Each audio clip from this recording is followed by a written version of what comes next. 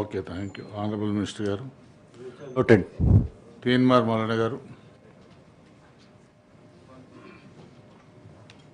Sir, ఇది హైదరాబాద్ అలాగే ఇతర జిల్లా హెడ్ క్వార్టర్లలో పట్టణాలలో ఆటోలు కార్లు నడుపుతున్నటువంటి ఒక వాళ్ళకు సంబంధించినటువంటి అంశం sir. Sir, manifesto, Congress party manifesto రాసిన దాంట్లో అత్యంత కీలక భూమిక పోషించినటువంటి గౌరవ మంత్రివర్యులు శ్రీధర్ బాబు గారు, ఆ తర్వాత ఇంకా కొంతమంది ఇక్కడే ఉన్నారు సార్, వారి దృష్టికి కొన్ని విషయాలు తీసుకురావాలనుకుంటున్నాను సార్. సార్, ఇప్పుడు తెలంగాణ రాష్ట్రంలో ఉన్నటువంటి ప్రయాణికులను ఆర్టీసీ, ప్రైవేట్ ఆపరేటర్లు కాకుండా ఓలా, ఊబర్ లాంటి సంస్థలు కూడా దీంట్లో ఉన్నాయి సార్. ర్యాపిడో లాంటిది కూడా ఉంది. ఇప్పుడు మనం ప్రభుత్వం లక్ష్యం వచ్చేసి మహిళలకు ఉచితంగా రవాణా అందించడం అనేది ప్రభుత్వ లక్ష్యం సార్. దానికి ప్రభుత్వానికి ధన్యవాదాలు సార్. ఒక ఉచిత రవాణా కార్యక్రమాన్ని మహిళలకు పెట్టింది. సో ఈ సందర్భంలో కొద్దిగా ఆటో వాళ్ళకి కానీ లేకపోతే ఈ క్యాబులు నడుపుకునేటువంటి వాళ్ళకి కానీ కొంత వ్యాపారం తగ్గింది, కొంత వాళ్ళ దాంట్లో ఎక్కే వాళ్ళు కూడా తగ్గినారు.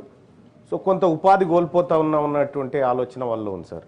అయితే దీనికి పరిష్కారంగా మనం గతంలో మేనిఫెస్టోలో అనుకున్నట్టుగా ఈ ఓలా యాప్, ఊబర్ యాప్ ఈ రాష్ట్ర ప్రభుత్వం ఒకటి ఎందుకు తయారు చేయలేదు? ఈ రాష్ట్ర ప్రభుత్వమే ఇప్పుడు ఆ ఓలా యాప్ కానీ ర్యాపిడో కానీ ఇంకోటి ఎక్కితే 100 రూపాయలు అయిందనుకో, 30 రూపాయలు వాడే తీసుకుంటా ఉన్నాడు. 70 రూపాయలలో వీడు పెట్రోల్ వెళ్ళాలి, కూలి వెళ్ళాలి, అన్నీ వెళ్ళాలి. కానీ ఆ పరిస్థితి లేదు.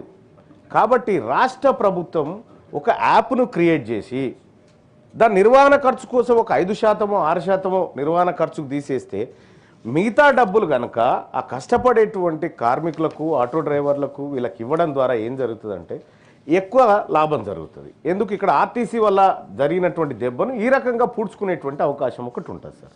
సో అది కాకుండా రాష్ట్ర ప్రభుత్వం ఇంకొక అడుగు కూడా ముందుకేయచ్చు.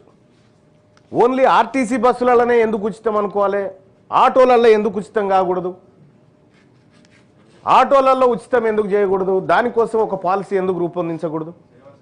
ఎందుకంటే ఇప్పుడు ప్రతి గల్లీలోకి ఆర్టీసీ బస్సు పోయే పరిస్థితి లేదు. కాబట్టి సో దానికోసం ఒక పాలసీ తయారు చేసి గల్లీల నుంచి లేకపోతే బస్సులు పోయినటువంటి జాగాల నుంచి మనం గడపకు పోయినా తప్పేం లేదు, గడపకు పోయినా తప్పు లేదు. ఎందుకంటే మహాలక్ష్మి గడప నుంచే స్టార్ట్ అవుతుంది. కాంగ్రెస్ పార్టీ పెట్టుకున్నటువంటి ఆ పేరు ఏదైతే ఉందో ఆ మహాలక్ష్మి గడప నుంచే స్టార్ట్ అవుతుంది. గడప ఎక్కించినా ఇంకా పుణ్యమే. కాబట్టి నేను ఏమంటున్నాను సార్, ఆటోకు సంబంధించినటువంటి విషయంలో సో మనం ఏమేమో చెప్పినాం మేనిఫెస్టోలో, వాటిని నేను ఉటంకించదలుచుకోలేదు. ఎందుకంటే అందులో ఆ మహాఘనకార్యంలో నేను కూడా ఉన్నాను కాబట్టి.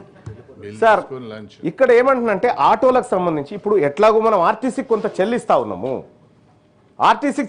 చాలా మంది ఆటోలు సార్. నేను ఎప్పుడైనా వస్తా ఉంటే వాళ్ళు ప్రేమ కొద్ది పలకరిస్తారు, అన్నా మా బతికేందన్నా అంటా ఉన్నారు. చాలా మంది అంటా ఉన్నారు, మా బతికేందన్నా, మేము ఎట్లా బతకాలన్నా, ఈ రోడ్ల మీద మాకు దందాలు లేవన్నా, రోజుకు అప్పుడు 5-6 కిరాయిలు దొరికితే అంతో ఇంతో ఆశతో ఉండేది, వాళ్ళ 1-2 కిరాయిలు దొరకనటువంటి పరిస్థితి ఉంది. అప్పుడు కనీసం ఒక 10 గంటలు పని చేస్తే ఈఎంఐ కట్టుకోనో, ఇంట్లో కొద్దిగా సరుకులు తెచ్చుకోనో, ఇంటి రెంటో, వైద్యమో, పిల్లలో చూసుకునేది. కానీ ఇవాళ మొత్తం రోడ్ల మీద ఉన్నా కూడా వాళ్ళు బతకలేనటువంటి పరిస్థితి వచ్చింది. కాబట్టి ఎట్లాగో ఇన్ఫర్మేషన్ టెక్నాలజీ మినిస్టర్ గారు ఇక్కడే ఉన్నారు కాబట్టి ఒక యాప్ను తయారు చేయడం వల్ల వచ్చే సాధక బాధకాలు పరిశీలించండి సార్. మీరు పరిశీలించి ఒక యాప్ను తయారు చేసి వాళ్ళకు పెడితే ఇది ప్రభుత్వ యాప్ అయినప్పుడు ప్రజల్లో కూడా కొంత నమ్మకం ఏర్పడుతుంది. కాబట్టి అటు ఆటో వాళ్ళకి మీరు మంచి చేసిన వాళ్ళు అవుతారు. రెండోది, ఒక అడుగు ముందుకేసి ఆర్టీసీకి ఆటోకు అనుసంధానం చేసి ఈ స్కీమ్ ఏదైతే ఉందో ఉచిత స్కీమ్ని, తద్వారా వాళ్ళకి ఎట్లయినా లాభం చేయొచ్చేమో ఒకసారి పరిశీలించవలసిందిగా ఒకటి కోరుతా ఉన్నాం సార్. ఇక రెండో అంశం సార్, ఈ క్యాబ్ డ్రైవర్లకు సంబంధించినటువంటి అంశంలో ట్రాఫిక్ పోలీసుల కాడ చాలా ఇబ్బంది అవుతుంది సార్. వాళ్ళకు అంటే సమయానికి పోవాలనేటువంటి టార్గెట్లు ఉంటాయి. చాలామంది ఐటీ పరిశ్రమ ఉద్యోగులను కూడా తీసుకుపోతూ ఉంటారు. ఆడ లేట్ అయిపోతేనే ఆడ పంచాయతీ ఇక్కడ నేను సమయానికి తీసుకుపోవాలి. ఇటీవల కాలంలో ట్రాఫిక్ ఎక్కువైపోయింది.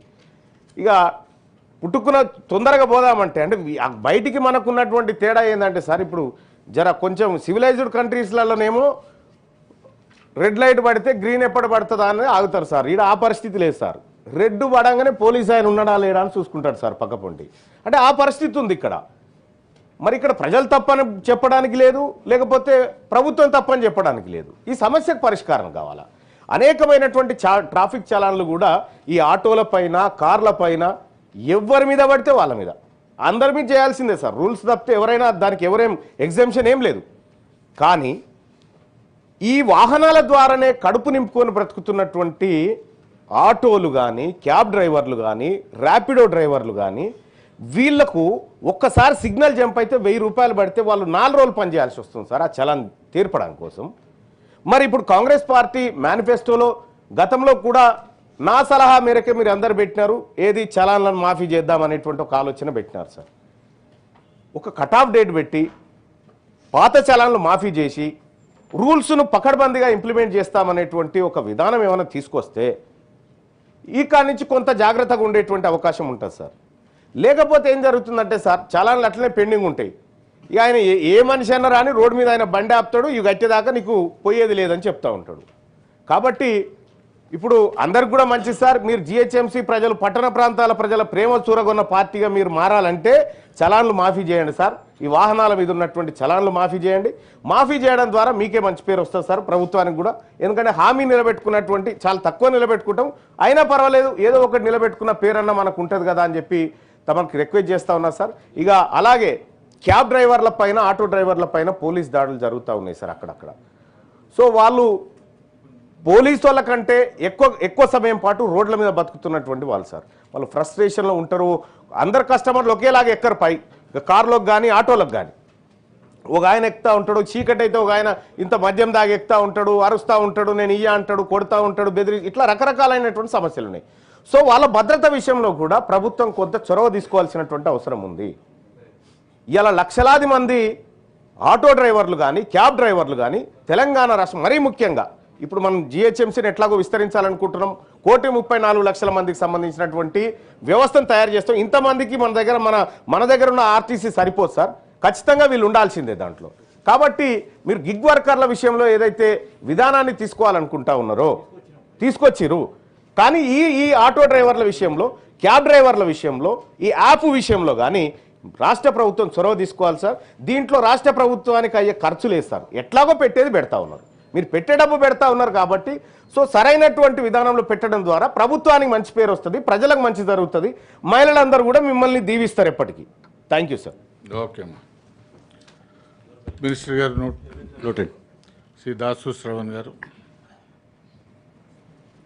హానరబుల్ చైర్మన్ సార్, ధన్యవాదము. ఇప్పుడు నేను స్పెషల్ మెన్షన్ ద్వారా సభ దృష్టికి తీసుకొస్తున్న అంశం అధ్యక్ష, విద్యా వ్యవస్థలో సమగ్రమైనటువంటి వ్యక్తిత్వ వికాసానికి, శారీరక దారుఢ్యానికి సంబంధించినటువంటి ఒక ఇంటర్వెన్షన్స్ ప్రభుత్వం పట్టుకురావాల్సిన అవసరం ఉంది అని చెప్పి